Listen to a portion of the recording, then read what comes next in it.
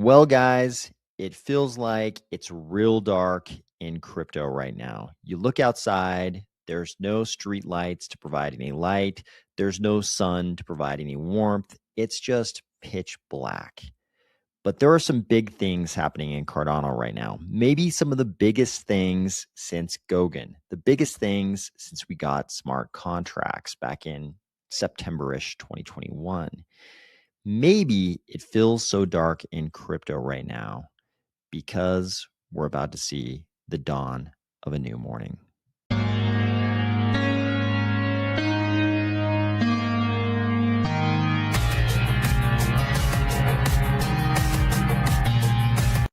At this point, if you would just be happy to see the dawn of 30 cents again, or if you're finding value in these videos, please consider delegating to the Army of Spies DRep address and the Army of Spies stake pool, ticker AOS. All right. Thank you everyone for joining. Thank you. I appreciate you being here. Let's see who is here. Neo Chad was first. Neo Chad says, let's go. And there is a morning sun. I like it. Flyover B says, I don't know if you can feel it, but we are definitely headed in the right direction. It feels that way for the first time in a long time. It does feel that way. Flyover B says, thumbs up, please. Thank you for saying that. Omar Wright is here. Hello. Let's fucking go. Let's fucking go, Omar. Brown Beardo says, I'm very proud of our Cardano builders. Price action be damned within reason. They keep their heads down building. That is a huge part of what keeps me sane during ridiculous market conditions. Yeah, the kind of like esprit de corps of Cardano is so strong.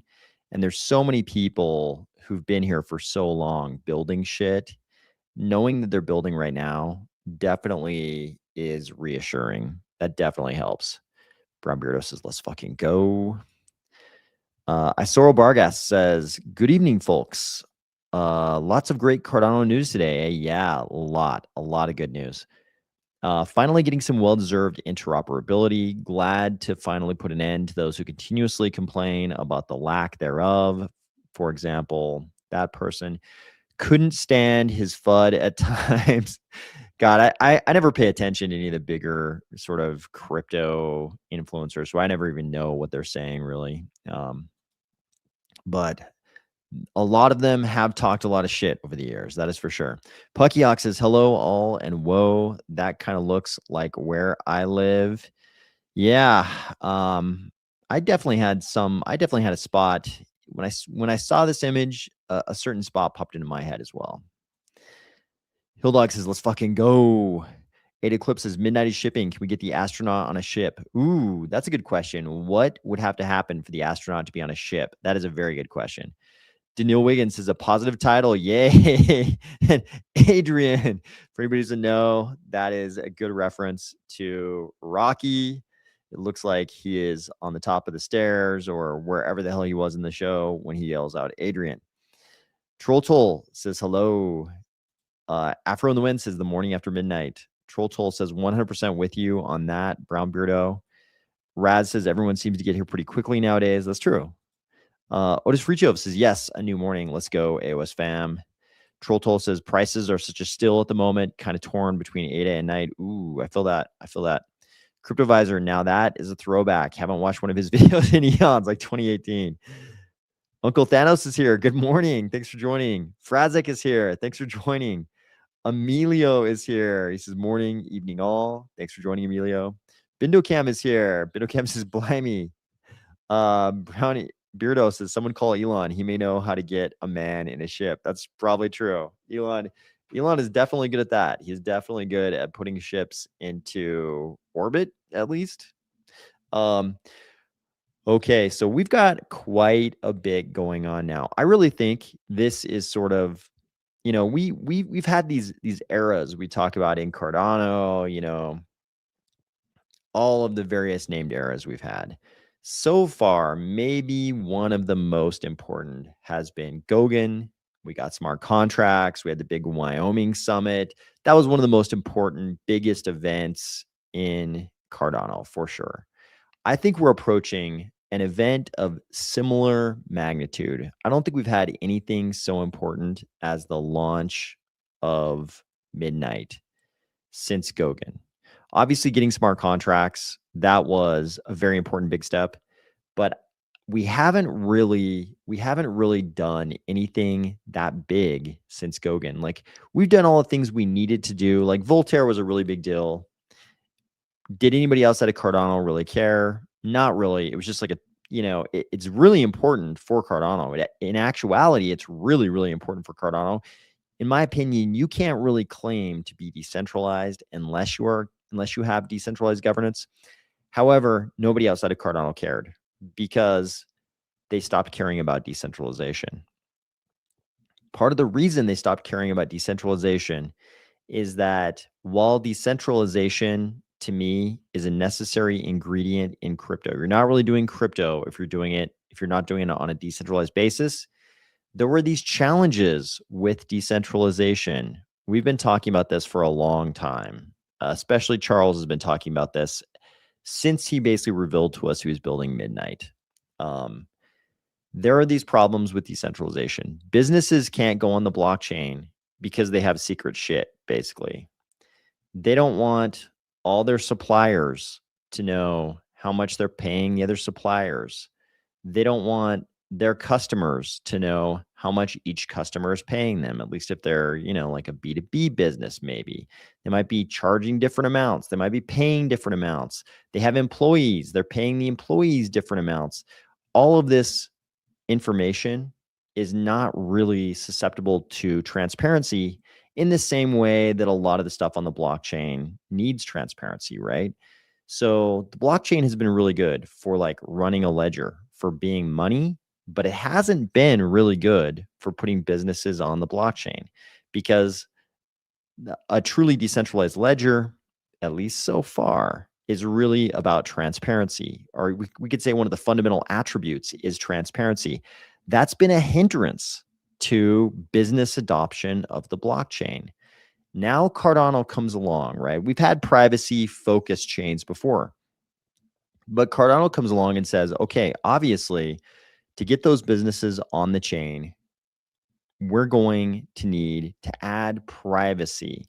But what chains have done up to now hasn't been exactly right. It wasn't good enough it didn't do privacy in the right way to actually get businesses on chain, on the blockchain. We need to do something more.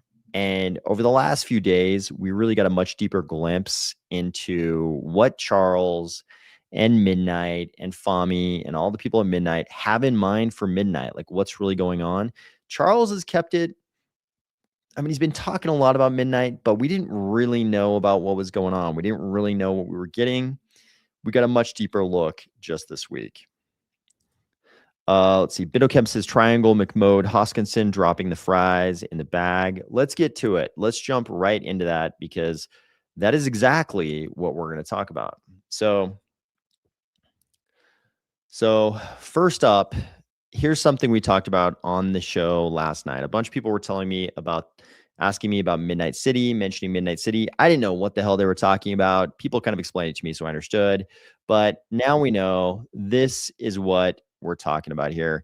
This is the Midnight City simulation. I love that the Crypto Bisons made a reappearance. We never really got the Crypto Bison game we were hoping for, but the Crypto Bisons have made a reappearance, and we get the Midnight City simulation. And even though this is pretty interesting, this is very interesting watching this visual, it's only like one part of the bigger story, the bigger narrative that was kind of revealed to us around what's going on with Midnight. So all this is happening in Hong Kong at Consensus. I think it's great. Obviously, one of the big problems with Cardano over the years has been that we were kind of our own little island. We were an outcast inside the greater crypto ecosystem. So it's great to see Midnight, which I consider just to be a part of the greater Cardano ecosystem, being launched at Consensus, right? It's not on its own, doing its own thing. It's being launched at Consensus. So this is not really, so Omar's asking a new game, not too many games. So yeah, last night we did talk about too many games. So obviously this is not really a game. This is more like a simulation to showcase privacy. So let's kind of move along through the tabs here. I want to let that play so people could see what we're talking about if people hadn't seen that. Oh, and I agree with this poster down here. Reminds me a little of something. And then he's got this little image from the original Zelda, which I think was the second game I ever played on 8-bit Nintendo. I did not own it at this time, but someone I knew had one. They had an 8-bit Nintendo. They had two games. The first one was this side-scrolling game called Kung Fu, which basically, as far as I remember, this is a long time ago in the 80s now, you're basically just like jump kicking things, like kicking beehives. I remember there's something about jump kicking beehives, but it's like the most basic side scroller you can imagine. And then Zelda came along, Legend of Zelda, and all of a sudden we got all this, and it seemed amazing. But this did remind me quite a bit of that. Okay. Jump. Oh, okay. Brown Beardo says it's a demo.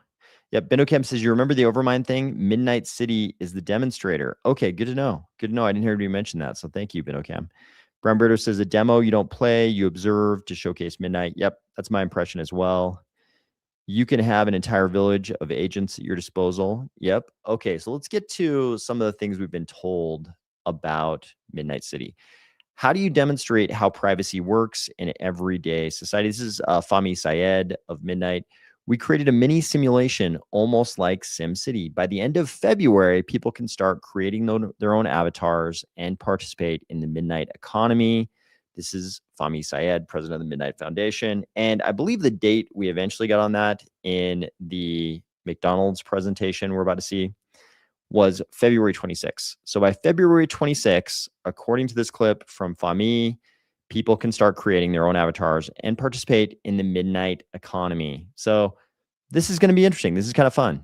I like it when Cardano's kind of on a little roll here where we do things like Doom on Hydra, fun, right? The Hydra vending machine, fun. This thing, if we can actually do exactly what he's saying here, start creating our own avatars and participating in Midnight City, fun. I like that. Cardano is focusing on fun, which is the right way to sort of get that over on people. Remember Cardano City NFTs. I think Uncle Thanos is talking about the one that was very cyberpunk and had very cool art. But when they launched a bunch of NFTs, and it was kind of like, it was very confusing because people kind of thought it was going to be a metaverse. But then they launched these like little NFTs, and each one was like an apartment in like a giant apartment building in Cardano City. And there was this really funny meme because a lot of the apartments had like boxes in them, like you were just moving into the apartment, and the NFTs were just, obviously an NFT. It was just an image. It was an image of your like individualized apartment. And there was a super funny meme where somebody showed an apartment just full of empty boxes.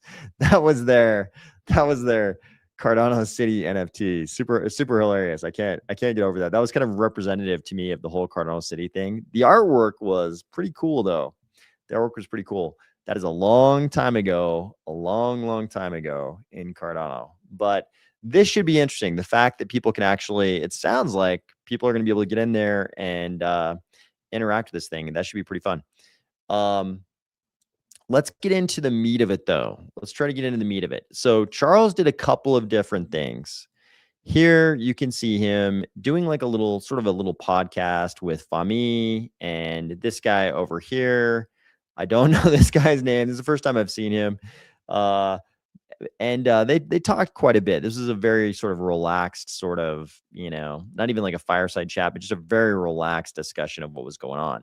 I think the thing that most people actually saw, though, this is kind of interesting to check out if you want to hear them elaborate on some of the things we're about to talk about. But the thing that a lot of people actually did see was this presentation. This is the famous Triangle Man, now famous Triangle Man McDonald's presentation. So Uncle Thanos says, we were that old. And this is with respect to the Cardano City NFTs. It's true. It's true. The fact that any of us know what that is means we are old in Cardano years for sure. So this is the Triangle Man presentation. Super hilarious. Charles had a McDonald's hat, McDonald's outfit. This has become like one of the most common memes in crypto winters, that our wealth fluctuates so much. Charles famously has admitted he is down like 3 billion or whatever it is. that we're all working at McDonald's, which is very hilarious, but also kind of true. Kind of true. Let's see. Brown Ritter says they were intending to do evolving NFTs, memory serves, and try to get collabs with the likes of Disco Solaris and others. Yep, that's my recollection as well. So on to this. So Charles is basically trying to explain what's going on in Cardano, what's going on with Midnight. And with Charles is really interesting because he's a really good communicator. I think Charles is kind of one of these guys, like maybe one of his biggest skill sets, really. I mean, obviously his biggest skill set is like thinking, but his biggest sort of, secondary skill set is probably like oration. It's probably oration, and especially this format. I mean, the most famous thing in the entire Cardano ecosystem, the thing that brought us all in there, was the first whiteboard video. He tried to replicate that with the Midnight whiteboard video, which he kind of did. That thing got crazy numbers of views. So whiteboards are his forte. He is very fucking good at the whiteboard video. And this is another one. The interesting thing about the whiteboard videos is it's hard to sort of draw a line between his sort of like higher order intellectual explorations, the things that he's just sort of like theoretically considering, and what we're actually going to see manifesting itself in the short term, right? And this video is sort of no exception to that general trend. So it's good in some ways and difficult and challenging in other ways, right? I think it's good in the sense that you really understand theoretically where he's trying to go, because he doesn't really talk about, we don't often find him saying, there's going to be a button that does this. Watch me click this button. It does this. It's not really that kind of discussion. It's more like, hey, here are these really big, innovative ideas. Here's where we should go. And some of this may actually happen. People find it a little challenging sometimes because it's hard to draw a line between what's actually happening and what is just a theoretical thought about where we should go. So, Brown Beardo says, totally agree. Oration for sure is a very close second. Sub-Zero says, sup fam, what are we talking about? We are talking about the Triangle Man McDonald's presentation, Midnight, the dawn of a new morning, all kinds of good things. It's going to be a very positive episode. Handwriting is not his third best skill. Burgers and fries. I don't know. I've never had a burger or fry that Charles has made, so it might be his greatest skill. Maybe we just don't realize it. How do we keep the ice cream? How do we keep the ice cream machine working? This is funny because it could apply to Cardano in many ways too. Although we don't have too many problems with things breaking down. It's more like, how many years will it take us to build the ice cream machine? Puckyox says, when I was in high school in speech class, the teacher would drop a marble in a metal bucket every time you said giving a speech. He stated that oration is the most important skill. He might have a good point, and I like his style.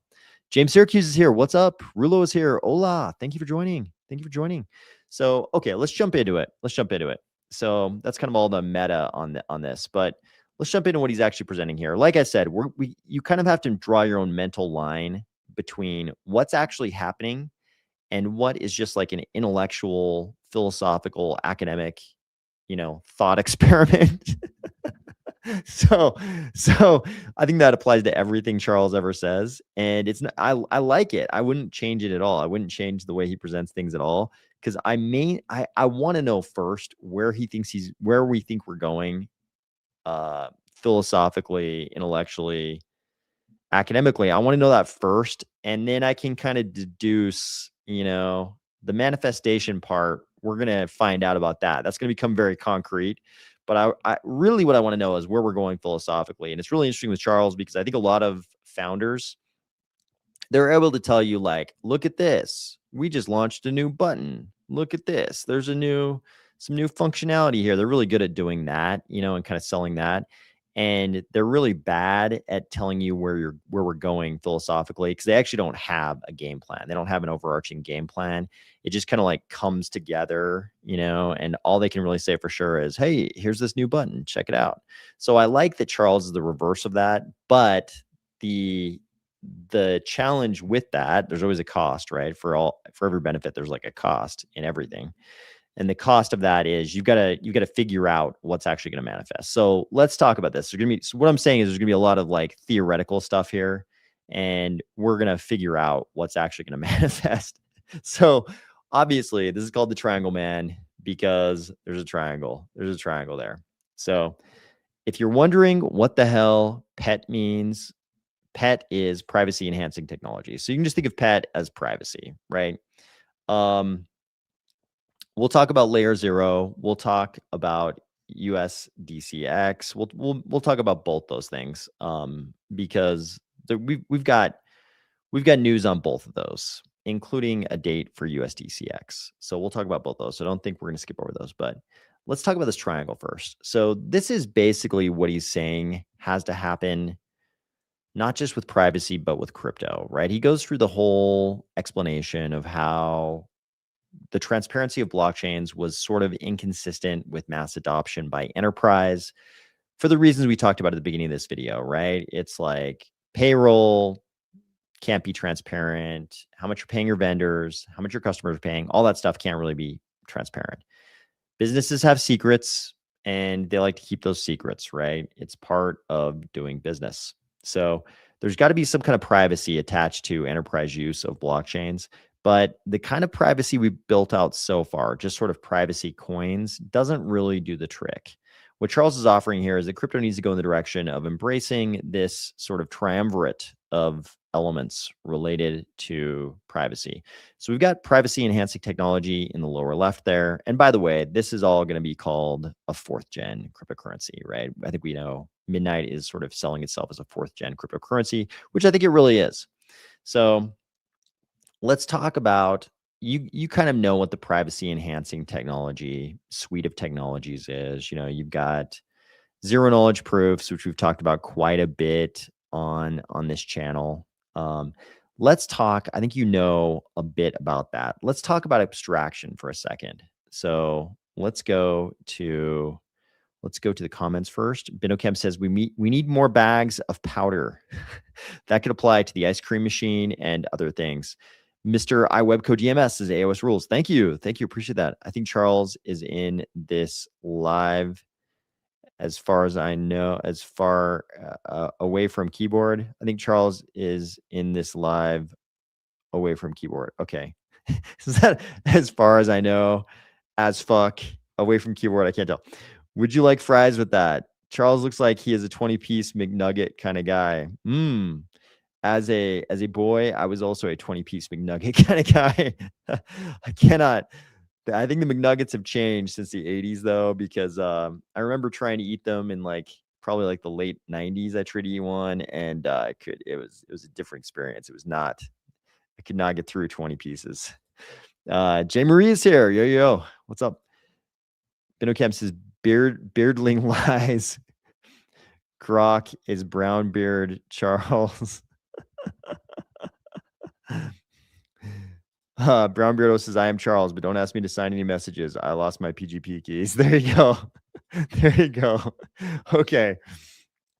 Okay, so let's talk about abstraction a little bit, guys. Let's talk about abstraction.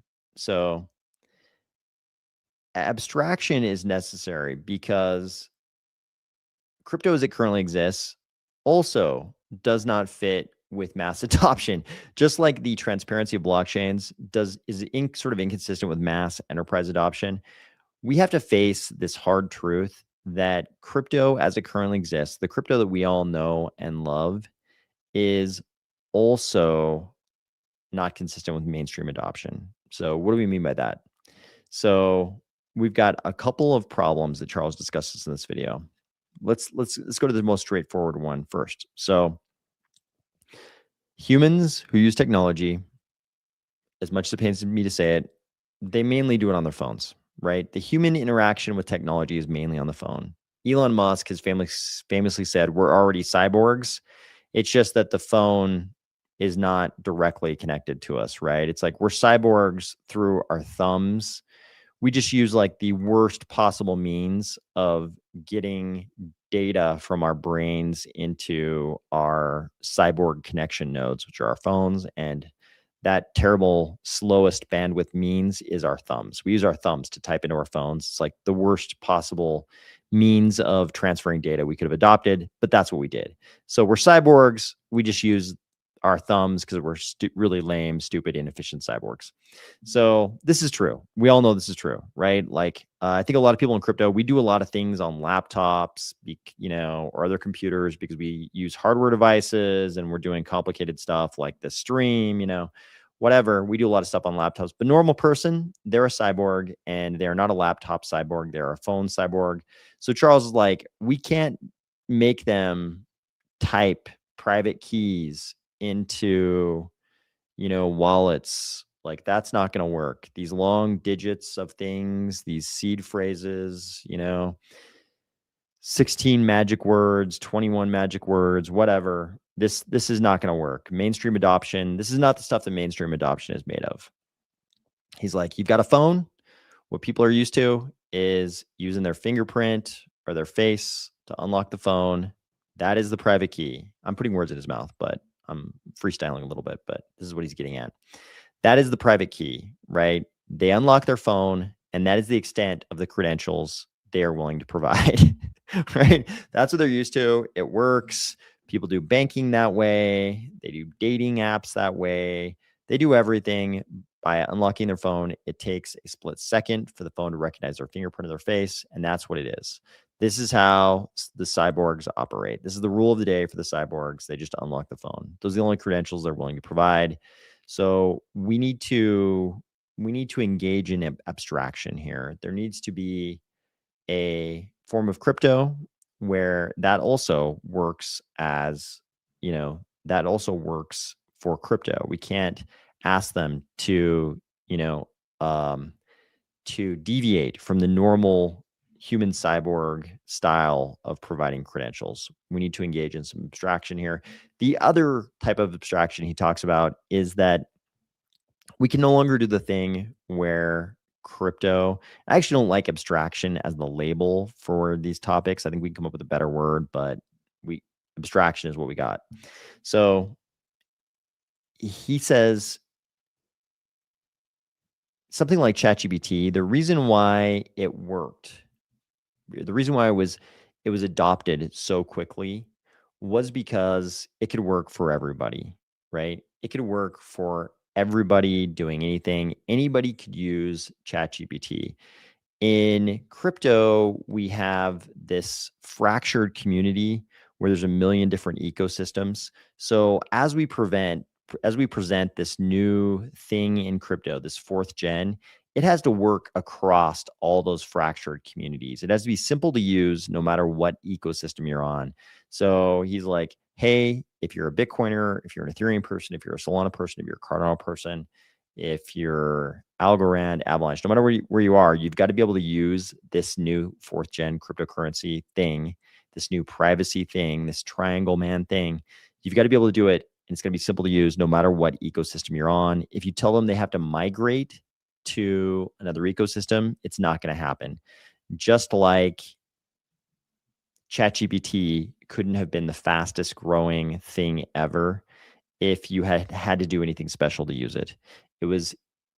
It grew very fast, and part of that was due to the fact that you could just use it. You could just go ahead and use it. You didn't have to do anything special. You didn't have to download anything. You could just use it right on their website. No big deal. Has to be easy to use. So I think everybody already knows what the smart compliance thing is. This is the sort of the use case for zero knowledge proofs and, a fourth gen privacy cryptocurrency that we've talked about quite a bit. The way we do KYC and things like this, taking a picture of our head next to our passport, sending that into a centralized exchange so it can sit in their database and get hacked by somebody, and then your identity can be stolen. This is not a smart way to do compliance. There are smarter ways we can do compliance. That's just sort of like a retail everyday person kind of example. But there's a lot of compliance that sort of works in the same way, where we end up having to over disclose everything. And zero knowledge proofs and this fourth gen crypto paradigm of privacy can allow us to disclose only our compliance without having to disclose all of the facts that are around the concept of us being compliant. So this is what Charles is presenting in this big talk. So he mentioned some interesting things. He talks about how he spent $200 million of his own money. Think about that. A fifth of $1 billion was spent on building out Midnight. So you can kind of tell. I mean, Charles learned a lot of lessons by building out Cardano, I think. And, you know, if you're going to spend a fifth of $1 billion, you're not going to make the same mistakes twice. So I think we're kind of going to be the beneficiaries of him having learned a lot of lessons with Cardano and doing it right the second time, because he was spending a hell of a lot of his own money. So it's going to be, I think this is a good thing. This is a good thing. You want the guy making the policy decisions to have a lot of skin in the game, and $200 million is a lot of skin in the game. So this is good. Charles talks a lot, both in this and actually even more so in this little podcast. They talk a lot about something that I think might be the easiest selling point of this fourth gen crypto paradigm, right? So one of the most disappointing things in all of crypto, I think, has been the fact that the robbery forest is, like, most of crypto is like sort of tied at the waist to the robbery forest. It's like, oh, you're going to have validators ordering transactions, validating transactions. That means they're going to be ordering transactions. That means you're going to have minor extractable value and things like sandwich attacks. We've talked about this a million times on the channel, so I won't rehash what a sandwich attack is. But in the podcast, they talk a lot about how they think where this needs to go is you sort of are in your own little, you know, private, you think of it as your own little private digital enclave, and you sort of declare this intent.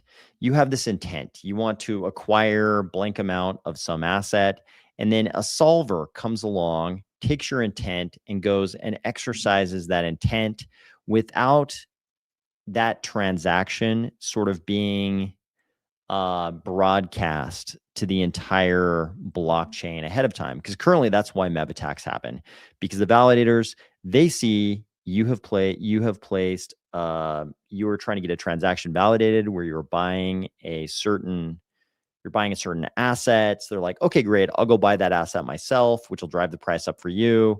I'll put my transaction first, then I'll put your transaction, and then I'll drive the price up, and then you'll buy, which will drive the price up even more, and then I'll sell on the other side. So you lose, I win. This whole concept of intents is a way around that, and it can only happen with privacy. The whole concept can only really be carried out, or best carried out in this new paradigm of privacy. I think this might end up being one of the best selling points, because everybody who's ever understood how minor extractable value works in Ethereum, in the EVM world, knows that it sucks. It's like the most anti-crypto thing ever. And they've just sort of accepted it as, as a feature, not a bug, because there was no way to solve it. Now there's a way to solve it. If you can solve the minor extractable value issue, you basically solve like the most anti-crypto thing ever that the entire EVM world had to accept as a feature, not a bug.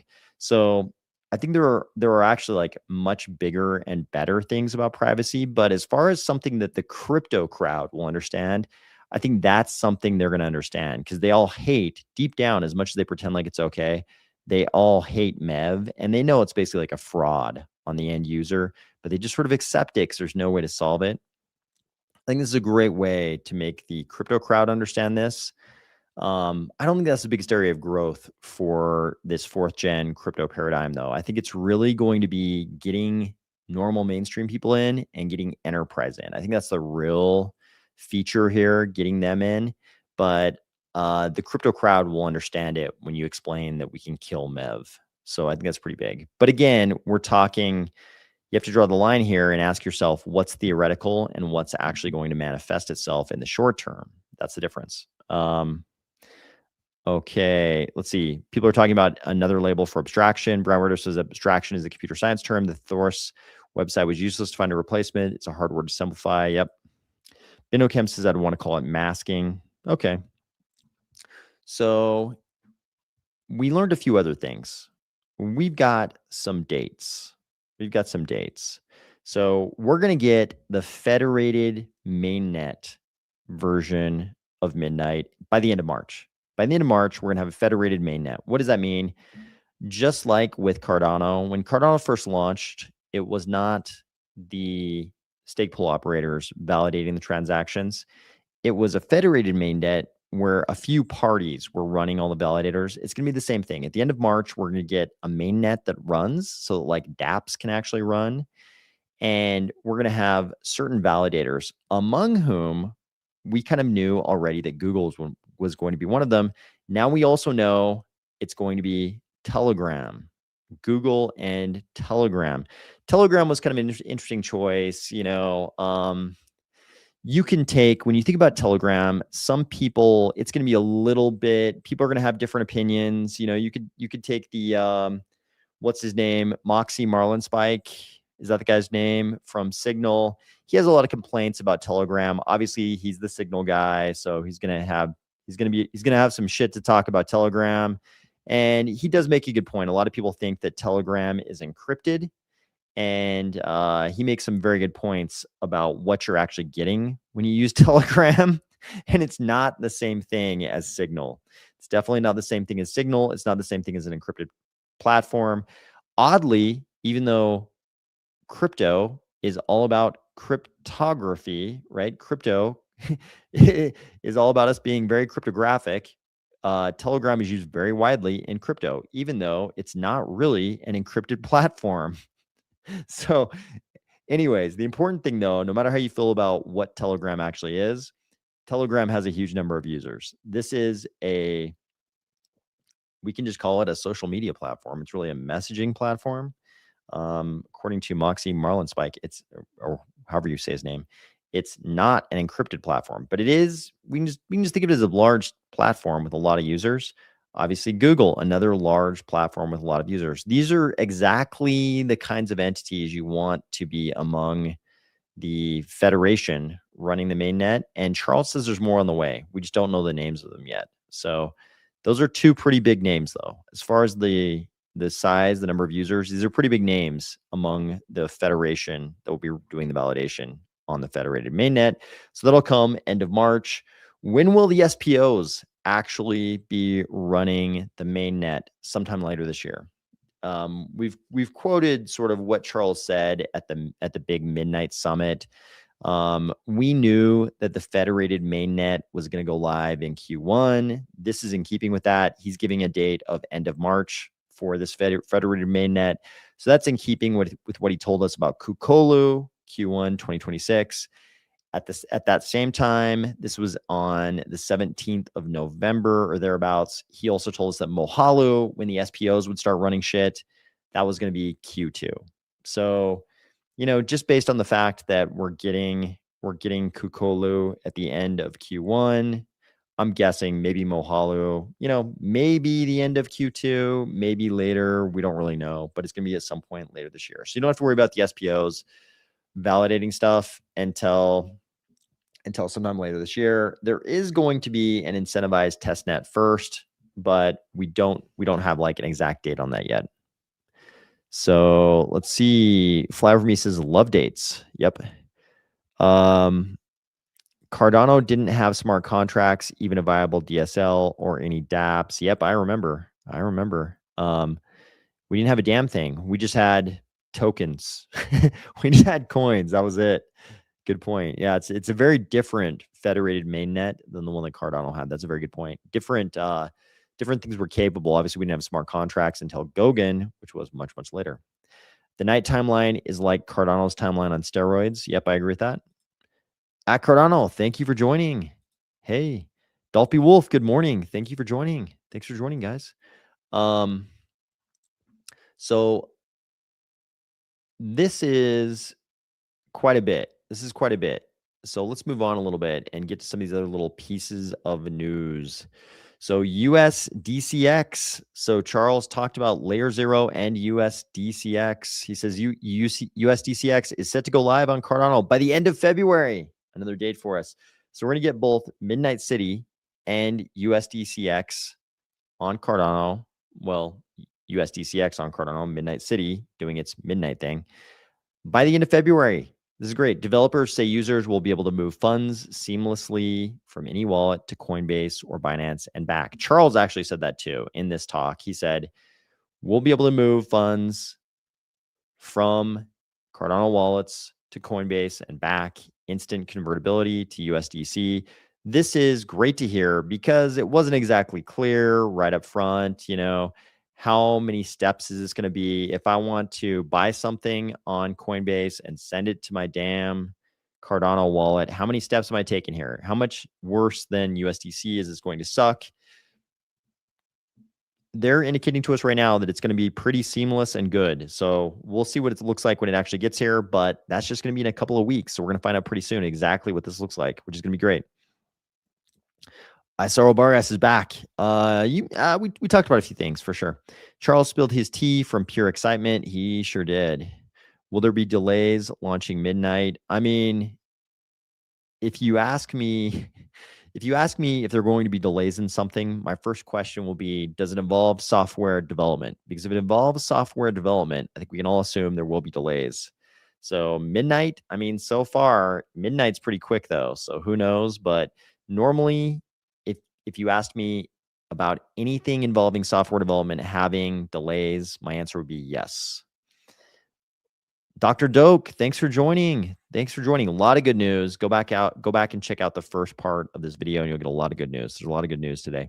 I hope the tooling is good enough for dApps to achieve this ease of use with USDCX as well. Yeah, me too. I'm really curious about what this looks like for sure. Specifically that question that was just asked. So anyways, we've got a date. USDCX, end of February. Midnight City, February 26th. Federated mainnet with Google and Telegram. This is mainly for Dr. Doak. End of March. So we've got some good things going on. Charles has spent $200 million of his own money on this thing. This is great. Don't you wish your little crypto hobby, don't you wish some billionaire would just drop $500 million building an extension to your blockchain ecosystem? You're in luck. That just happened to all of us. I don't see Vitamin Butters spending $500 million of his own money to build out, I almost think of Midnight as being, nobody uses this terminology, but in my mind, I can almost think about Midnight as being the killer dApp, the possible killer dApp for Cardano, right? Because if you think about what Midnight is, sure, it's its own blockchain for sure. And I've described it as a part of the greater Cardano ecosystem. It is its own chain. You could say it's a separate thing, but you could also just say, it kind of has the potential to be, even though it's a chain and not a dApp, we can kind of think of it as the killer dApp for Cardano. If it works, if it does everything Charles thinks it's going to do or hopes it's going to do in this Triangle Man video, it's possible. It's theoretically possible that Midnight could be the killer dApp we've always hoped for in Cardano. That's actually possible. This could be the thing, right? We've thought of it as a separate chain, a sister chain, an extension. Maybe it's just the killer dApp. Maybe that's what it is. Crypto Night, yo. Thank you for joining. Let's go. Thank you for joining. Kairos says delays are okay. I agree. The IT world doesn't go forward without delays. Well put. Might not be the automated conversion right off the bat, but with zk validation, it can become somewhat trivial. Okay. Sounds good. Blue Mammal says next time do a reaction video. We are there for it. Yeah, I've thought about doing that before, where we just like listen to Charles and we pause it and we talk about it. We could do that. I try to give you that's actually really easy content to do. I try to give you something a little bit more a little bit more expansive than that, because that content's so easy to do. But I know people wouldn't. I know people enjoy that kind of content, so I'll consider doing stuff like that in the future. It's actually really easy to do because you pretty much just watch the video. So I try to do something a little bit more involved than that, but I do agree because I like to watch that kind of stuff myself. So I get it 100%. People still reviewing proposals in Catalyst? That's a good question. Daniil Wiggins called Midnight the killer DApp years back. Yep. I agree. It's probably always been our best chance at a killer DApp. Corny G says, yo, AOS, Charles is the man. Let's go. Cardano Midnight. Yep, agreed.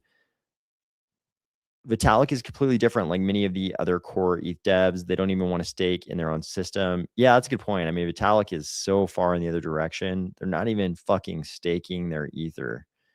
So I still remember when what's his name, the one guy admitted that, and he said it was because he knows how the sausage is made. I was like, that is the greatest Cardano advertisement ever. Flavor Me says, I love vitamin butters. Fair enough. Yep. Thumbnail looks like your typical Infinity Rising sunrise. Oh, I hadn't even thought about that. Good point, though. Have you seen the Midnight City game? Yeah, we talked about it. Joe Davidson, we talked about it at the start of this video. You can go back and watch it. We talked about it. I insist, D. Oh, dust is the big thing. Yeah, dust is really interesting. Actually, you know, it's funny. Between this whiteboard video, and this is not the midnight whiteboard I brought up the midnight whiteboard earlier in this video. So just so people are confused, this is not the midnight whiteboard. This is just a consensus whiteboard. But Charles didn't really bring up dust in this or the podcast I just showed a second ago, which kind of surprised me because dust is a really big thing. Other people in some of the consensus videos have brought up the fact that dust is going to provide more predictable and consistent pricing. So I think that is a big deal, though. I think you're right. Yep. Pucky Hawk says, dude, just drink way too much coffee, watch the news for about an hour, and transform into a squirrel being electrocuted, which to me are the best ones. Yeah, pretty much. I mean, if you're talking about the sort of response videos, yeah, I mean, that's pretty much the recipe for those, I think. People still don't get dust. I agree with that. I agree. People don't understand how it's going to work, which is interesting. It's kind of interesting. Reaction videos. Yep, I understood, Pucky Hawk. Yep, and I think you're right. I think that is the recipe for those. I do already drink a huge amount of coffee, so that part's already taken care of. You guys hear me kind of at this time of the day when the coffee is wearing off, but most people are pretty shocked at the amount of coffee I drink. Kairos says, in dust we trust. Yep, I'm with you on that. Okay, layer 0. Let's talk about the other thing Charles wrote on that whiteboard. You can see layer 0 and USDCX. We just covered UCDCX. Let's talk about layer 0 together with them. This is the Cardano Foundation. This is CF, by the way, posting this. Together with Emergo, Intersect, IO, and Midnight, we are bringing another major milestone for our ecosystem thanks to the Cardano Critical Integrations Program. This is the Pentad. You guys know this is Pentad. Cardano is integrating with layer 0 core. This is the largest interoperability unlock in our ecosystem's history. What it means for the future: direct access to 400 plus tokens, 80 billion in omni-chain assets, stablecoin liquidity pipelines, Bitcoin-backed assets in Cardano DeFi, real-world asset infrastructure, institutional tooling, connectivity to the EVM world, Solana, Base, and more. Cardano's research-driven foundations remain unchanged, and its reach continues to grow. If we go down here to the Intersect post about this, they say layer 0 is one of the most widely adopted omni-chain messaging protocols in Web3, connecting 150 plus blockchains and enabling access to all these tokens and lots of assets. This integration unlocks the largest cross-chain connectivity expansion in Cardano's history, opening pathways to stablecoin liquidity, Bitcoin-backed assets, tokenized real-world assets, and shared DeFi. As the ecosystem continues to invest in long-term infrastructure and utility, this marks another step. So, you know, I mean, they're giving you all the sort of, marketing terms, omni-chain assets, interoperability, all this stuff. What does this actually mean? Because I'm sure to a lot of people, this is just like word salad, right? I'm not criticizing their posts. I think this is the right way for them to post about this. But for a lot of people, they're going to be like, what the hell does that actually mean? So we're going to find out. We're going to find out how valuable layer 0 actually is. They've been talking about it for a while in the context of the pentad. A lot of people are really excited for this. What it actually does, I'm very curious to see. Interoperability has been something people have been very excited about in Cardano for a long time. What the outcome is, like what the end result is my question. I'm very curious. So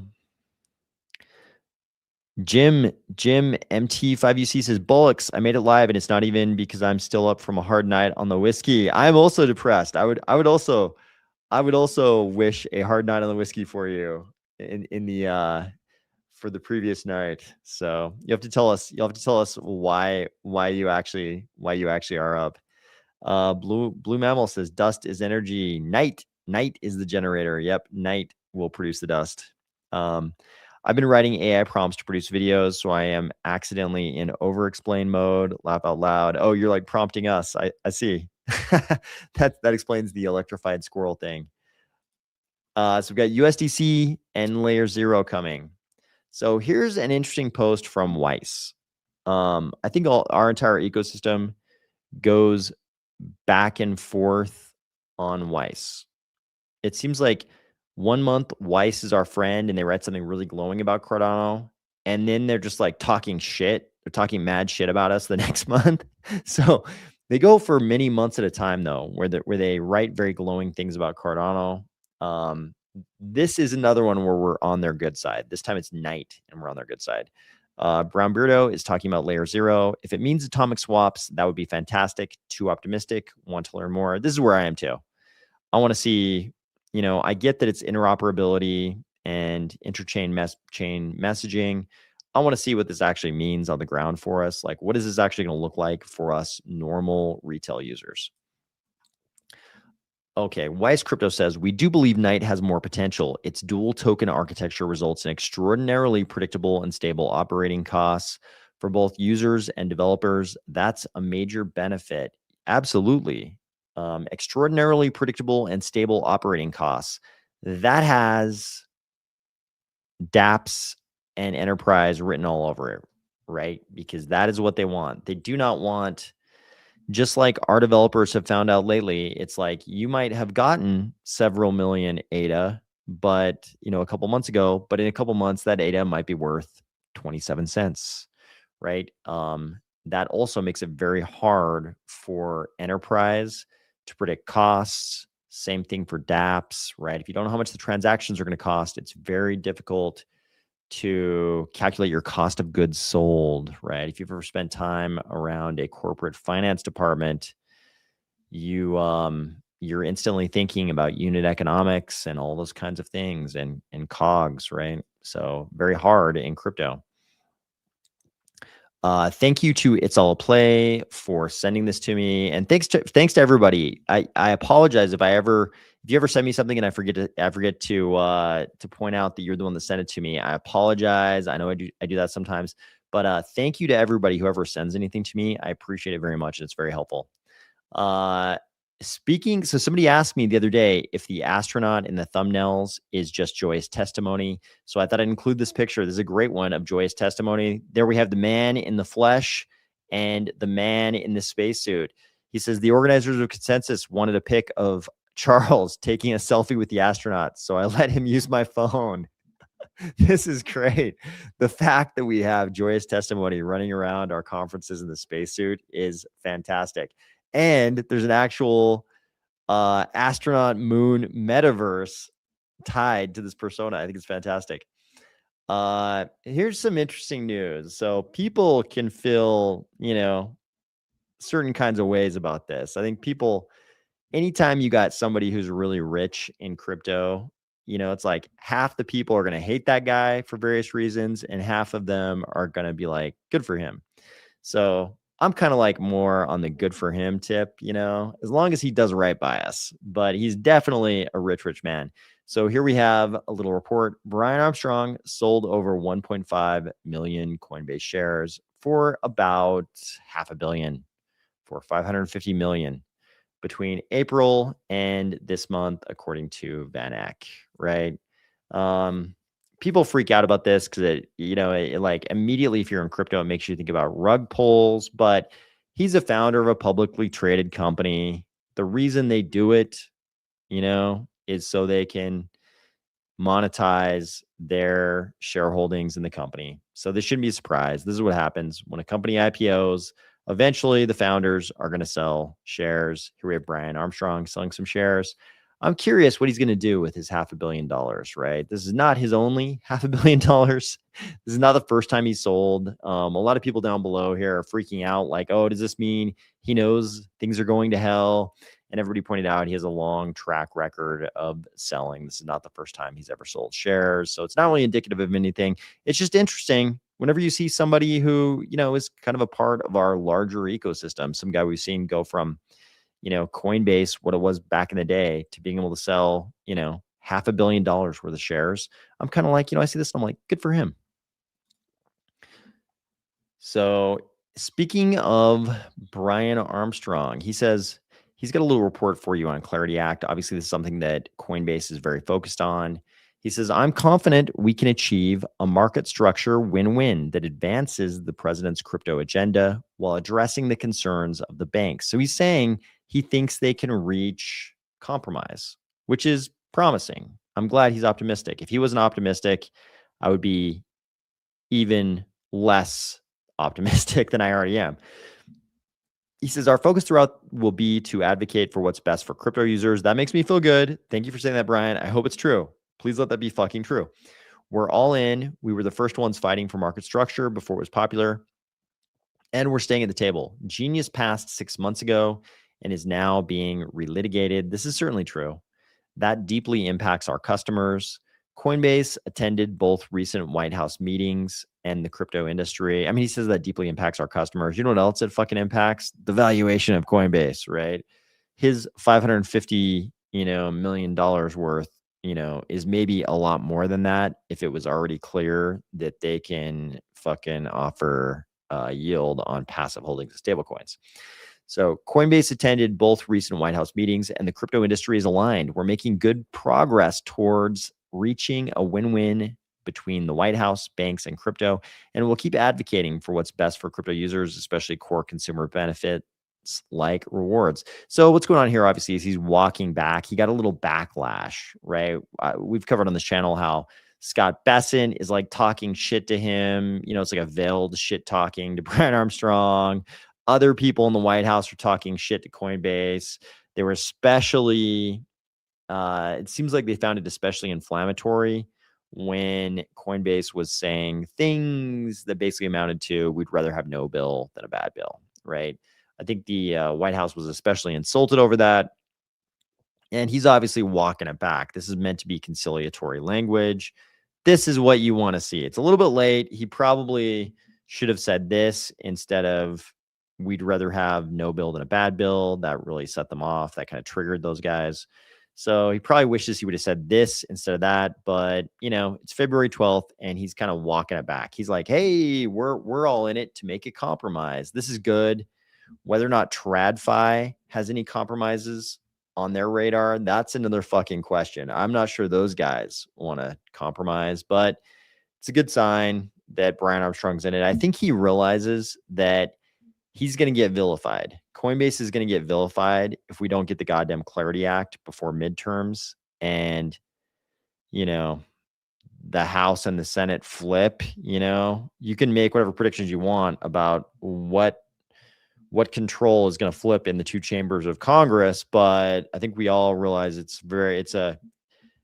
there's a possibility that things might happen in November, right? So if we don't get the Clarity Act before then, Brian Armstrong's realizing that the history of crypto historians are going to cast him in the villain category, like he was too greedy and he fucked it up for the rest of us. You can have whatever opinion on that as well, how much veracity you think there is in that proposition, but I think he realizes that a lot of people are going to paint him in that light regardless. So he's trying to be real conciliatory and walk things back. What is this? I'm actually quite optimistic. I just want to say a big shout out of appreciation to everyone in the Senate and the administration. Do that. He's giving them a shout out of appreciation. This is very conciliatory. I think they're doing all the hard work here really to help bring this to a good place. And there's lots of constituents around the table. I'd say the crypto industry is united in their asks and the things that are important to them. So he's trying to make sure people don't think it's just Coinbase being greedy and trying to get those yields, because it definitely has a huge impact on the value of Coinbase, right? As a platform. I think there's an opportunity to make a win-win outcome here for everyone, for banks and everyone. So this is just more of the same. So this was on his Q4 and year-end earnings call, I think. I think that's where this audio came from. We just want to have a good level playing field. And I think that everyone understands that, and they're all leaning in to try to create a good outcome here. The Genius Act was just passed 6 months ago, so we're careful to make sure that nothing's being relitigated here. But I think there's a good path to get something through, and really others are doing the majority of the work here. We try to add in commentary. See, he's like minimizing the role of Coinbase. He wants it to seem like Coinbase is just part of this chorus, whereas up until now, Coinbase has really been sort of painted as an outlier, like they're the ones holding things up. He's trying to walk all that back and paint them as just being like another member of the chorus from crypto, trying to make sure the Genius Act doesn't get relitigated. Okay, Pucky Hawk says, I just grokked a squirrel being electrocuted and the results made me forget to listen for a moment. Yeah. Layer Zero apparently has a compute scheduling algorithm called Fuck Around and Find Out. Good name. I know every time I see it in print, Layer Zero, I read it as Love Zero. That's giving me like a negative impression of Layer Zero because I read it as Love Zero. I'm like, I don't want Love Zero. I want like Max Love, not Love Zero. That's probably just a bad subliminal seed in my mind that I keep reading that as Love Zero. But Fuck Around and Find Out makes them a little bit more endearing to me, though. I find that to be pleasant. So I like that part. Amusing, maybe not pleasant, but amusing. TradFi won't compromise the motherfuckers. Gee, I hope Brian doesn't screw this up for us. My sentiments exactly. Like, I actually really like Brian. I like him as a personality in crypto, and I'm like happy for him that he's made this crazy amount of money. But at the same time, I'm like, please don't fuck this up for us, dude. Bro, don't fuck this up for us. Kuros says, I've heard these words for 10 years. Which ones? Which ones are you talking about? Brown Beardo says, it's true. We already hate bankers. So Brian is the only one who can lose face here. That's true. Sounds like no one willing to chop off the yield. Spat, we're in it whether we like it or not. I know that's the problem. We've talked about it a million times on this channel, but I would love it if they just chop that arm of the octopus off and let us swim away with clarity. Let the Clarity Act swim away. Just chop off the octopus arm called yield. Like fuck Coinbase and the bankers. Let them fight it out over in the side arena. Let us claim our victory in the Coliseum. Let those motherfuckers go fight that out like gladiators in the side arena. Okay. This is kind of interesting. So we've had a lot of good news so far in this podcast. So here's something of the other variety. So here's a post that says the Trump admin just tapped leading CEOs in crypto, finance, prediction markets, and more for a brand new government advisory committee. When I saw this, I was like, haven't they already done this like a couple times already? Hasn't this already happened? There was drama about Cardano being included. So I wasn't at all shocked when I scanned through this list and I did not see the name I think we all are probably scanning for. I did not see it in this list. I saw a lot of people who seem like they've been a lot less involved in crypto policy. They haven't testified before Congress and done a great job. A lot of people in here, like the CEO of NASDAQ, right? Yeah. Is that a crypto policy person we would want to associate with? Not really. Like you got the CEO of Polymarket, sure. A general partner from A16Z, Chris Dixon, you've probably seen his posts. CBOE Global Markets, CME Group. the president of FanDuel, the CEO of Kalshi, whatever we call it. The CEO of DraftKings. Like, who's more important for crypto? I mean, this wasn't necessarily. They say this is. They're calling this the IAC. I don't know what that stands for. It sure looks like a crypto policy sort of council. So when I look at the names on here, I'm kind of like, would it have killed you guys to include, somebody who's been super involved in policy and, has a big, big, big blockchain that's, been, sort of near the top of the list for a long time. But no, that's not what they're into. They're into making sure the CEO of DraftKings gets his say. Okay, let's see. Win-win outcome for everyone with banks and oh yeah. Yep, I agree. 10 years. No, I think you're right. I think we have been hearing about that for 10 years. I think you're absolutely right, Kairos. I think you hit it on the head there. We have been hearing that for 10 years. Okay, this is some non-crypto news. This is something that is near and dear to my heart. You guys know I'm a long-term carnivore. I've been a carnivore for like 6 years. This is something that's actually important to me. I made it very clear. I was supporting RFK Jr. in the previous elections, and I even wrote him in on the ballot. And this is the only reason why. I had a feeling things were going to get fucked up on every other political front. But I was like, if we could just fix the goddamn food, if I could just have like one minimum thing, if we could just fix the goddamn food, I will be so happy, even if everything else gets fucked up, right? I was kind of like, either of the main candidates get in there, there's going to be a lot of things from my perspective. They're going to fuck up no matter what. Like, it's inevitable. They're going to fuck up a lot of things. If I could just get this guy in there that wants to fix the food, if he could just fix the food, I will be so happy. And, he doesn't get as much press as a lot of the crazy drama stuff that's going on in American politics right now.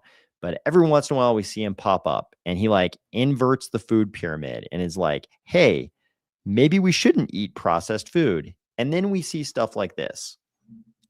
Alert in a jaw-dropping declaration.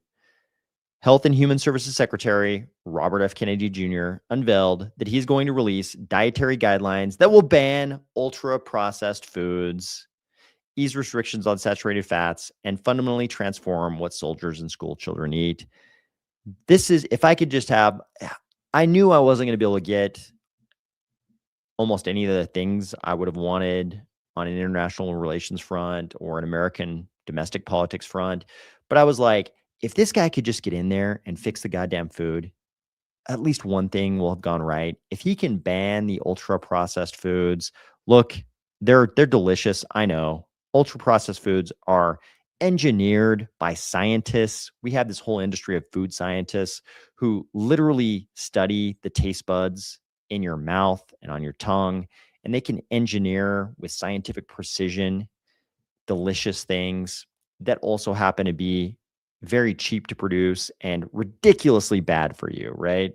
It's like, I won't belabor this point, but just go back and look at photos of people on the beach in the 1970s, fit as fuck in the 60s and 50s, 60s, and 70s.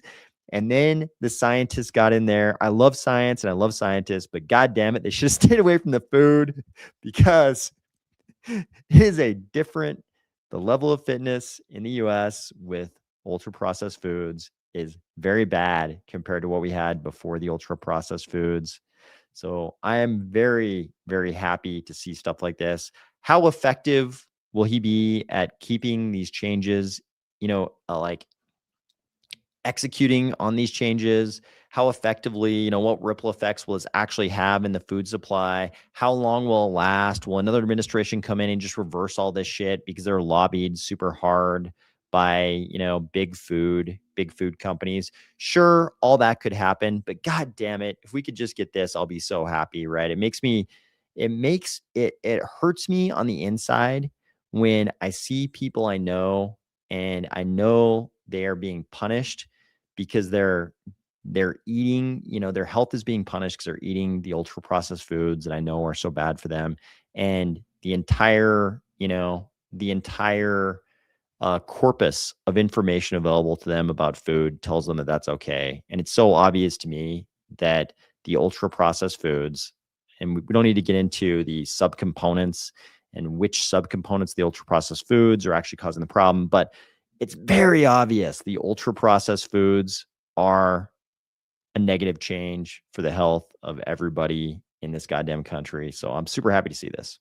So I won't go on anymore, but this is something that is very near and dear to my heart, and I'll be very happy if these changes last. So okay, Uncle Thanos, when alien conspiracy videos? I was just thinking about that today. I really, really want to do one, especially with all this news of I'll save it. I won't even talk about it yet. We're going to have to do a video. I would love to do them every single day if I had enough time. I don't have enough time at all, but I'm going to try to do one soon, hopefully. Frazek has a good point. To get recognition from this administration, you need to do two things, and Charles is doing neither, as far as I know. So Charles is actively calling for the firing of or the resignation of the guy who probably got to decide who was on the list, right? Charles is like actively calling for Sachs to be added there, and he's the dude who's probably making the decision as to who's on that list. So no surprise that Charles is not on the list, but that happened a long time ago. We all remember. We've discussed when that all happened. So that ship is already sailed. That ship is already sailed. D9 uses that algorithm has been boosted with another like. Thank you, appreciate it, D9U. Brown Beardo says it's most likely the case that they didn't ask him, but I'm not sure if today Charles would have accepted after going in hard on the administration's specific results in this space lately. For sure. Yeah, for sure. He was never going to be on that list. And even if they did invite him, it would have been real awkward. In the words of Chun the Unavoidable, fast food speeds you on your way to the grave. Well put. Well put. There is. U.S. is known for ultra processed food. They invented it. Seriously doubt that is going to change. Yep. Unfortunately, you might be right. So yeah, I think everybody in the U.S. knows the U.S. is well known for ultra processed food. That is for sure. In case that is obscure, Chun was the teacher of Remo Williams in the Destroyer book series. There was also Remo Williams, the movie, right? Back in the day. That's not a very well-known one, but there was a Remo Williams movie as well. I'm sure you're aware.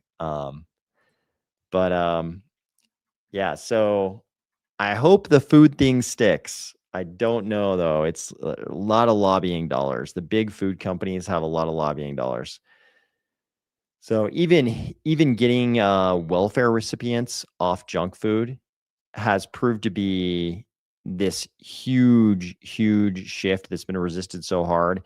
Actually, I won't try to remember which gigantic food conglomerate it was, but there were reports all over X that they actually had to drop their prices across the board when they heard that welfare beneficiaries wouldn't be able to use the welfare credits for junk food. So that's what we're dealing with. Beamer House is here. Good morning. Thank you for joining. Omar Wright says, is Kennedy going to outlaw Monsanto? I know a lot of farmers would be okay with that. But that would be, yeah, outlawing them, very difficult. The movie was okay. Books are better. I've never read the books, but I've heard that before.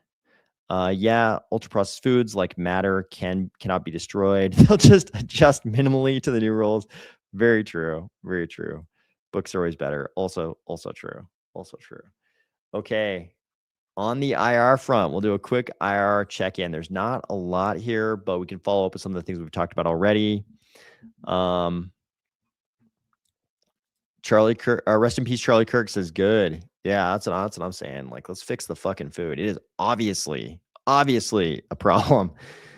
Okay, this post says, so this post is all about Comp2X, which is the composite training exercises that a strike carrier group goes through, where they make sure all the different elements in the carrier strike group are coordinating together in the right ways. These are very complex systems, so we don't need to get into any of the we will not get into any of the technical stuff about that. That's way beyond the scope of this this episode, and I would not be the right guy to do that anyways. But here's what's going on with these carrier strike groups. Shortening training is an option, and time will tell how much, if any. He's talking about the George H.W. Bush. We know it's off the coast. It's left Norfolk. It's in the Atlantic Ocean, somewhere south and east of Norfolk. And it's doing its composite exercises to get ready for deployment. And the problem is this normally can last something, I don't know if he talks about it in this post, but it can normally last like 3 to 7 weeks or something. So he says the timeline for any possible strike on Iran is completely controlled by the Department of Defense. Now it's the DOW, of course. There do not appear to be any conditions that are time critical, so Department of War can take whatever time they'd like to prepare. They don't have to accelerate anything if they don't want to. Some of the issues faced by the Harry Truman during its deployment to the Red Sea, that was back before. Remember, we had one carrier strike group in the Red Sea, and the Houthis were trying to fuck with it. And then we had another one in the Gulf of Oman. Some of the USS Harry S. Truman's challenges were traced back to inadequacies during its COMP2X. I expect that if the Bush's COMP2X is shortened, it will be no more than a few days. It began 9 days ago. Typically, it lasts 4 weeks. It may deploy directly from COMP2X, skipping the usual 1 month of shore leave and final maintenance. So this is part of the problem. I've sort of been speculating all along that we couldn't really have a strike on Iran if we didn't have at least 2 carrier strike groups in the area of responsibility. We only have 1, and part of the problem is there just wasn't a carrier strike group available to go there and do this, which kind of made me think that maybe Trump wasn't really serious about any kind of military, activity in terms of regime change, which is a little bit unfortunate. So here's an interesting post. We've been talking a little bit about sort of the theory that international relations between nation states are changing in the most dramatic way they've changed since the end of the Cold War. And this might involve a breakdown in globalism, right? The US, certainly under this administration, is doing different things it hasn't done in a long, long time, things that are surprising to its allies, confounding to its allies even. Here, Secretary Rubio, who in my opinion might be one of the most like level-headed guys in the administration, he might actually be one of the smartest guys in the administration. He says, the world is changing very fast right in front of us. The old world is gone. We live in a new era in geopolitics, and it's going to require all of us to sort of re-examine what that looks like and what our role is going to be. So that's a little bit of a word salad without saying very much, but I think it does signal that the current administration, at least in the Department of State, of which Rubio is the secretary, understands that what's going on is not routine. This is a big shift. I think they all kind of, I don't know what the tone of the internal conversations is like, but I kind of imagine they all understand that they're just sort of on the precipice of what could be this gigantic change. It could be this gigantic shift away from globalism and into these sort of fractured trading blocks and security blocks. It sure feels like it's going in that direction. And here Rubio is kind of giving everybody the fatherly advice, like, hey, things are changing. We all need to sort of re-examine what that looks like and what we want our role in the world to be. I think he understands that things are shifting, and what the US does now is going to have a big impact on the future. So it feels that way anyways. I think that's what he's trying to communicate here without saying too much. So, okay, let's see what everybody's got going on in the comments here. Okay,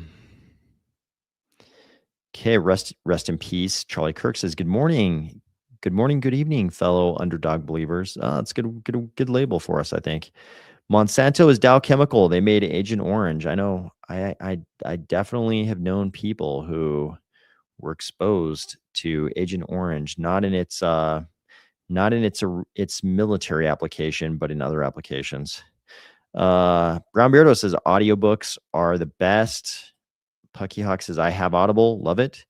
If you read it, you can mispronounce it later. I know some people who are like serial mispronouncers. I think we all are to some extent, all of us who have read in our lives, but I know some people who are like serial mispronouncers of words because they've only read them and never heard them spoken. The problem with Audible is if I put on the book, my wife goes right to sleep. This can be either good or bad. Laugh out loud. I think many a married man can sympathize with that. Definitely. That's a powerful tool. Yes, it is. And I try to use it wisely, but she's listening now and still won't be able to stop the power of the book to sleep power. Yes. I also know someone who is susceptible to this weapon. It's usually podcasts. If I put on a podcast, but okay, guys, I think we've covered all of the news for the week. I think that's the big stuff. I feel like I can't overemphasize how big a new beginning for Cardano this is, right? It's like we can put a lot of different labels on Midnight, but honestly, Midnight is the best candidate we've ever had for a killer DApp, right? I know it's not really a DApp, it's its own chain, right? DApps will be built on top of it, but conceptually, this is our best chance for a killer DApp. We don't know how well it's going to work. We don't know if, every enterprise in the world is suddenly going to want to go on chain because Midnight somehow fulfills the hidden requirements that crypto's transparency prevented blockchains from filling before. We don't know how true that's going to be. I don't think anybody really does, but this is kind of our best chance yet to have something that's embraced in a much wider way than a lot of things in crypto ever have been before. So it's possible. This gives me a lot of hope. I'm very hopeful. And this could be big. This could be really big. I think it's the biggest opportunity that Cardano's had in a really long time. Brown Beardo says, I can't do Audible anymore without feeling guilty. An author revealed to me they get the small end of an 80-20 split on Audible sales. That is a true. Oh, that makes me so sad. That makes me so sad to hear that. That's basically like, that's like tech platform splits. That's like, YouTube style. Puckyhawk says, well, I'm old school and my favorite author is Roger Zelazny. I don't even know who that is. Who's Roger Zelazny? Omar, thank you for joining. Fly Over Me says, from Cointelegraph, Indiana Senate Committee advances HB 1042, allowing state retirement funds to invest in cryptocurrency. I like the sounds of that. Indiana Senate Committee? Are we saying the Senate of the state of Indiana? Is that what we're talking about?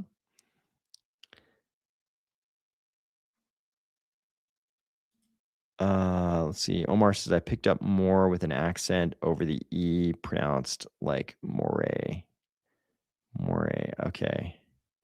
Okay.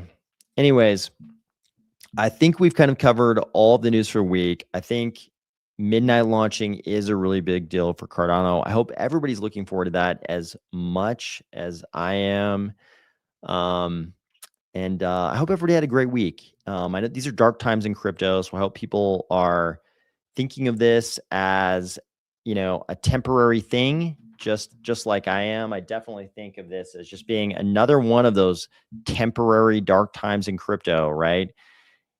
Nobody knows what the future holds, but in the past, these dark times have always given way to dawn, right? Dawn has always eventually broke.